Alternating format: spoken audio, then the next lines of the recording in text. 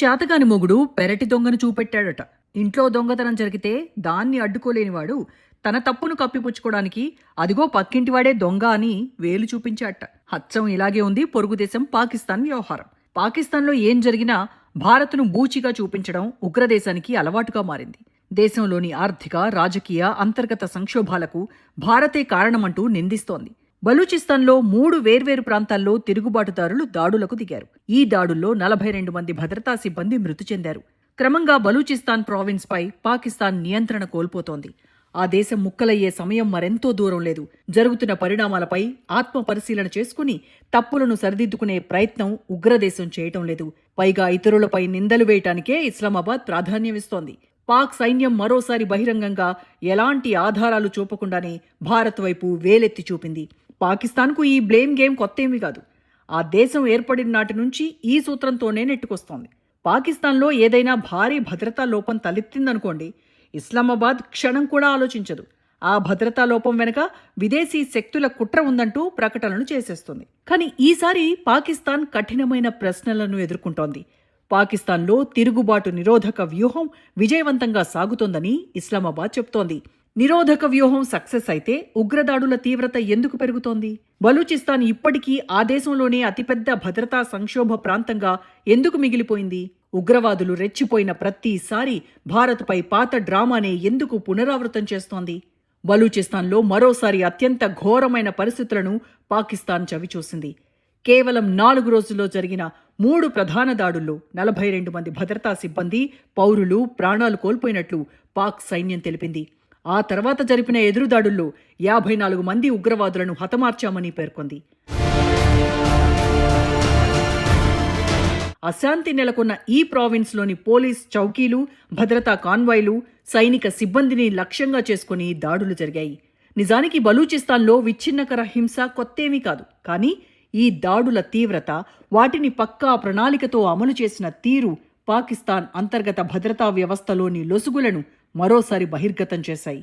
తమ సొంత భద్రతా వైఫల్యాలను అంచనా వేసుకోవడం పక్కనబెట్టి పాక్ సైనిక నాయకత్వం ఎప్పటిలాగే పాతపాటనే పాడింది. బలూచిస్తాన్, ఖైబర్ పఖ్తుంఖ్వా ప్రాంతాల్లో క్రియాశీలకంగా ఉన్న ఉగ్రవాదులకు భారత్ మద్దతిస్తోందంటూ Pakistan DG ISPR lieutenant general Ahmed Sharif Chaudhry ఆరోపించారు. కానీ ఈ ఆరోపణలకు సంబంధించి బహిరంగంగా ఎలాంటి ఆధారాలు పాకిస్తాన్ చూపలేదు. ఇలాంటి ఆరోపణలను స్థిరంగా భారత్ ఎప్పటికప్పుడు తిరస్కరిస్తూనే వస్తోంది. ఇక పాకిస్తాన్లోని తాజా పరిణామాల విషయానికొద్దాం. మొత్తం 42 మంది ప్రాణాలు కోల్పోయిన ఈ దాడుల్లో హనా దాడికి ఫిత్నా అల్ హిందుస్థాన్ కారణమని చౌదరి ఆరోపించారు. ఫిత్నా అల్ హిందుస్థాన్ అంటే అదేదో కొత్త ఉగ్రవాద సంస్థ అనుకుంటే తప్పులో కాలేసినట్టే. తెహ్రీకే తాలిబాన్ పాకిస్తాన్ ఉగ్రవాద సంస్థను ఫిత్నా అల్ హిందుస్థాన్ అని ఇస్లామాబాద్ దానికి పేరు పెట్టింది. అదే సమయంలో బలూచిస్తాన్లో భద్రతా కాన్వాయ్పై జరిగిన దాడికి బలూచ్ లిబరేషన్ ఆర్మీ కారణమని షరీఫ్ చౌదరి ఆరోపించాడు. ఈ రెండింటి వెనుక అంతిమంగా భారత్ హస్తమే ఉందని నిందించారు. అయితే ఇక్కడే అసలు సమస్య ఉంది. బలూచ్ తిరుగుబాటుదారులను భారతీయ ప్రాక్సీలుగా చిత్రీకరించడానికి పాక్ యత్నిస్తోంది. ఫిత్నా అల్ హిందుస్థాన్ వంటి పదాలను 2025 మధ్యకాలం వరకు పాకిస్తాన్ ఉపయోగించే అధికారిక పదకోశంలోనే లేదు.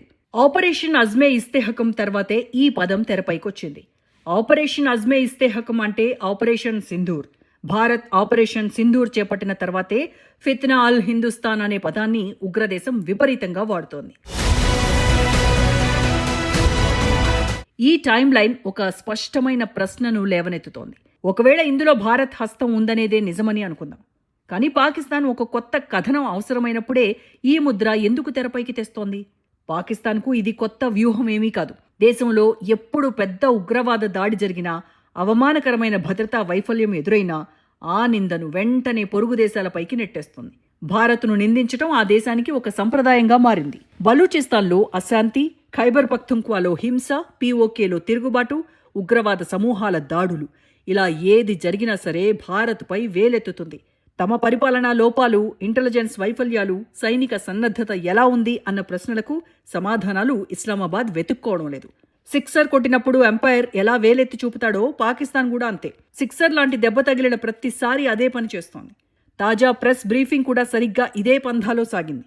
పాకిస్తాన్ సైన్యం వివిధ ఉగ్రవాద గ్రూపులను భారతీయ ప్రాక్సీలుగా అభివర్ణించింది. అదే సమయంలో తమ ఉగ్రవాద నిరోధక చర్యలే తమ విజయానికి నిదర్శనమని చెప్పుకొచ్చింది.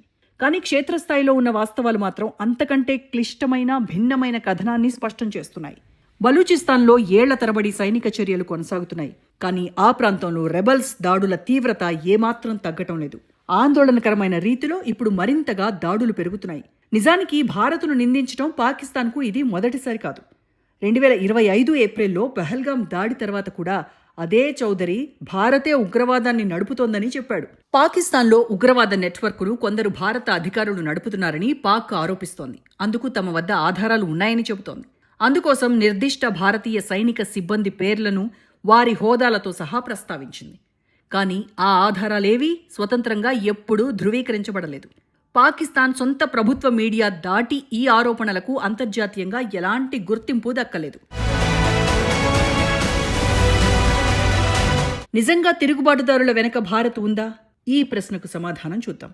1948 నుంచే బలూచిస్తాన్లో తిరుగుబాట్లు జరుగుతున్నాయి. పాకిస్తాన్ ఏర్పడక ముందు బలూచిస్తాన్ స్వాతంత్ర్య రాజ్యం. దీన్ని అప్పట్లో కలాత్ సంస్థానంగా పిలిచేవారు. దీనికి రాజు మీర్ అహ్మద్ యార్ ఖాన్. అయితే భారత్ విభజన తర్వాత పాకిస్తాన్ 2 ప్రాంతాలపై కన్నేసింది. ఒకటి కశ్మీర్, రెండోది కలాత్. ముందు కశ్మీర్ను సొంతం చేసుకోవాలని పాకిస్తాన్ ఆరాటపడింది.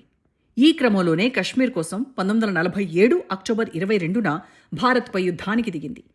కానీ భారత్ ముందు పాకిస్తాన్ పప్పులు ఉడకలేదు. యుద్ధంలో ఘోరంగా ఓడిపోయింది. అయితే కశ్మీర్ను సాధించకపోయినా కనీసం కలాత్నైనా సొంతం చేసుకోవాలని పాక్ పాలకులు ప్రయత్నించారు. సైన్యంతో కలాత్పై పాకిస్తాన్ దండెత్తి 1948 మార్చి 27న అధికారికంగా బలూచిస్తాన్ ప్రాంతాన్ని సొంతం చేసుకున్నారు. ఈ విలీనాన్ని కలాత్ రాజు సోదరుడు ప్రిన్స్ కరీం ఖాన్ వ్యతిరేకించి తిరుగుబాటుకు దిగాడు. నాటి నుంచి తమ ప్రాంతాన్ని తామే పాలించుకుంటామని బలూచిస్తాన్ ప్రాంత ప్రజలు తిరగబడుతున్నారు.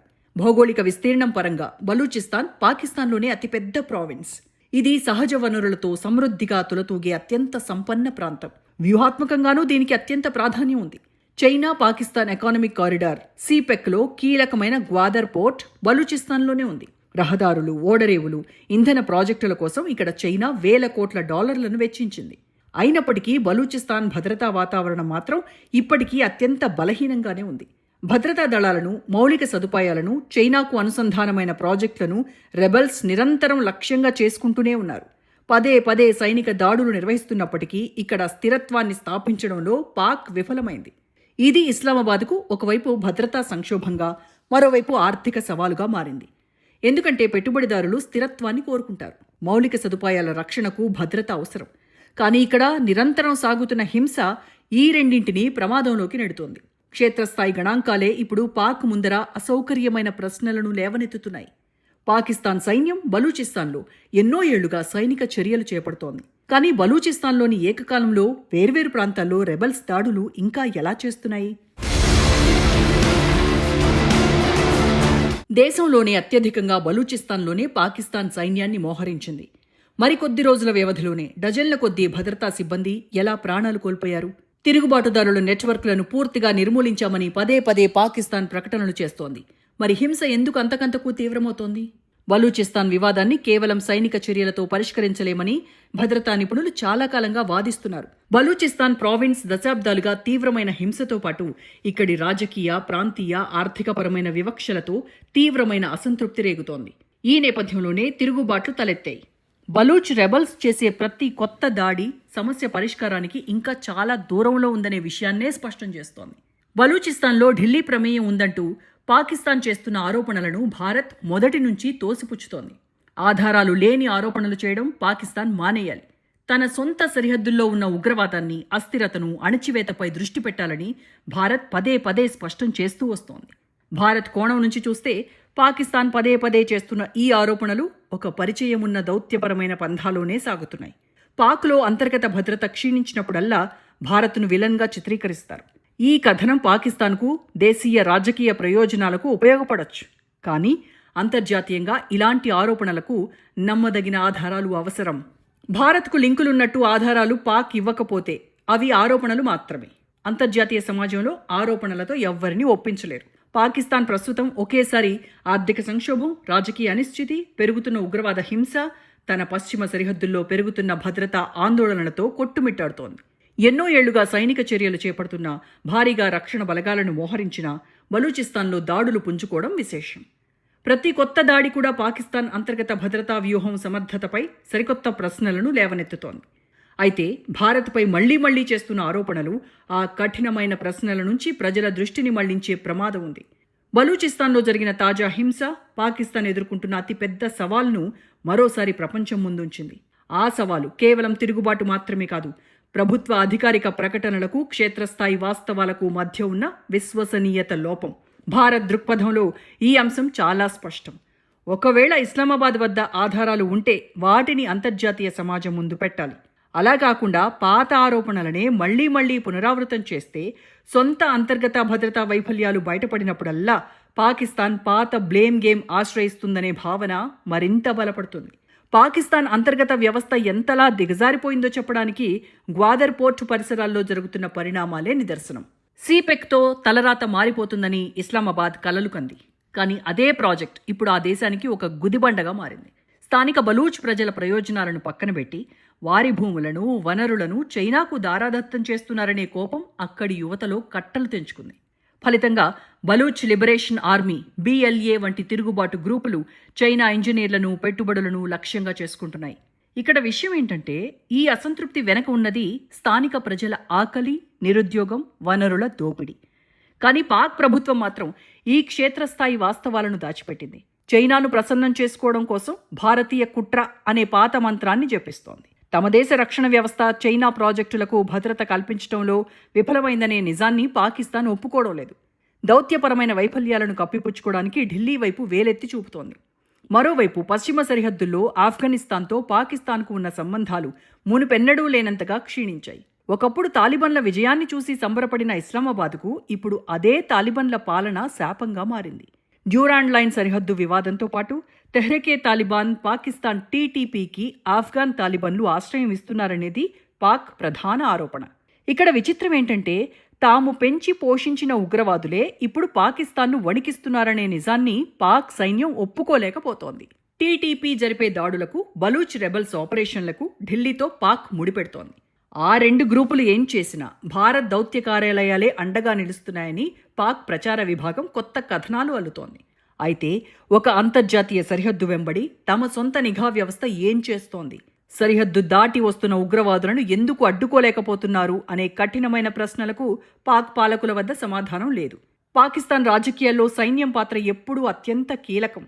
దేశంలో ప్రజాస్వామ్య ప్రభుత్వం కేవలం పేరుకే ఉంటుంది. తెర వెనకంతా సైన్యమే నడిపిస్తుంది. అయితే ప్రస్తుతం పాక్ సైనిక నాయకత్వం కూడా తీవ్రమైన అంతర్గత ఒత్తిడిని ఎదుర్కొంటోంది. ఆర్థిక సంక్షోభం కారణంగా ప్రజల్లో సైన్యంపై ఉన్న గౌరవం తగ్గిపోతోంది. POKలో పన్నుల భారం, ద్రవ్యోల్బణంపై స్థానిక ప్రజల తిరుగుబాటు బావుట ఎగరవేశారు. ఇటు బలూచిస్తాన్ చేజారిపోతోంది. ఇలాంటి విపత్కర పరిస్థితుల్లో పాక్ సైన్యం తన అస్తిత్వాన్ని, తమ పరువును కాపాడుకోవడానికి ఒక శత్రువు అవసరం. ఆ శత్రువు స్థానంలో భారత్ను నిలబెడితేనే పాక్ ప్రజల్లో దేశభక్తిని రగిల్చి తమ వైఫల్యాల నుంచి దృష్టి మళ్లించవచ్చని రావల్పిండి భావిస్తోంది. అందుకే బలూచిస్తాన్లో రక్తం చిందిన ప్రతిసారి అదిగో ఫిత్నా అల్ హిందుస్థాన్ అంటూ కొత్త పదాలతో ప్రజలను తప్పుదోవ పట్టించే ప్రయత్నం చేస్తోంది. అంతర్జాతీయ సమాజం కూడా ఇప్పుడు పాకిస్తాన్ మాటలను నమ్మే స్థితిలో లేదు. ఉగ్రవాదానికి కేంద్ర బిందువుగా మారిన పాకిస్తాన్ పక్క దేశంపై ఉగ్రవాద ఆరోపణలు చేయడం హాస్యాస్పదంగా మారిందని అంతర్జాతీయ విశ్లేషకులు పెదవి విరుస్తున్నారు. ఒకవైపు FATF నిఘానీడ, మరోవైపు అంతర్జాతీయ ద్రవ్యనిధి IMF అప్పుల కోసం చేతులు చాచాల్సిన దైన్య స్థితి. ఇవన్నీ పాక్ బలహీనతను స్పష్టం చేస్తున్నాయి. ఇప్పటికైనా పాకిస్తాన్ ఈ బ్లేమ్ గేమ్ను పక్కనబెట్టి వాస్తవాలను గ్రహించాల్సిన అవసరం ఉంది. తుపాకీ గుళ్లతో, సైనిక అణచివేతతో బలూచిస్తాన్ సమస్యను పరిష్కరించలేరని దశాబ్దాల చరిత్ర నిరూపించింది. పొరుగు దేశంపై నిందలు వేయటం ఆపి తమ అంతర్గత భద్రతా లోపాలను సరిదిద్దుకోవాలి. లేదంటే రాబోయే రోజుల్లో పాకిస్తాన్ మరింత లోతైన సంక్షోభంలోకి కూరుకుపోవడం ఖాయం. అప్పుడు పక్కింటి దొంగను చూపించినా వినేనాథుడే ఉండడు. చివరగా చెప్పాలంటే చరిత్ర నుంచి పాఠాలు నేర్చుకోని ఏ దేశమైనా కాలగర్భంలో కలిసిపోక తప్పదు. 1971లో తూర్పు పాకిస్తాన్ను కోల్పోయినప్పుడు కూడా ఇస్లామాబాద్ ఇలాగే అహంకారంతో వ్యవహరించింది. సొంత ప్రజల ఆక్రందనలను వినకుండా ఢిల్లీ వైపు వేలెత్తి చూపింది. నేడు బలూచిస్తాన్లోనూ సరిగ్గా అదే సీన్ రిపీట్ అయ్యే సూచనలు కనిపిస్తున్నాయి. అంతర్గత కల్లోలాలు, ఆర్థిక దివాళాకోరుతనం, పాలకుల చేతకానితనం వెరసి పాకిస్తాన్ ఒక విఫల దేశంగా మారుస్తున్నాయి. ఇప్పటికైనా ఇస్లామాబాద్ పాలకులు, రావల్పిండి సైనిక జనరళ్లు ఈ అవాస్తవాల ప్రపంచం నుంచి బయటకు రావాలి. బ్లేమ్ గేమ్ ఆడి కాలక్షేపం చేసే రోజులు ముగిసిపోయాయి. అంతర్జాతీయ సమాజం తమ డ్రామాలను గుర్తించిందని గ్రహించాలి.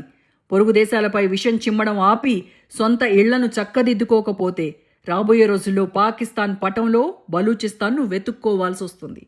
పాలకుల స్వయంకృతాపరాధానికి ఒక దేశం ఎలా బలైపోతుందో చెప్పడానికి భవిష్యత్తులో పాకిస్తానే అతిపెద్ద ఉదాహరణగా నిలిచినా ఆశ్చర్యపోనక్కర్లేదు.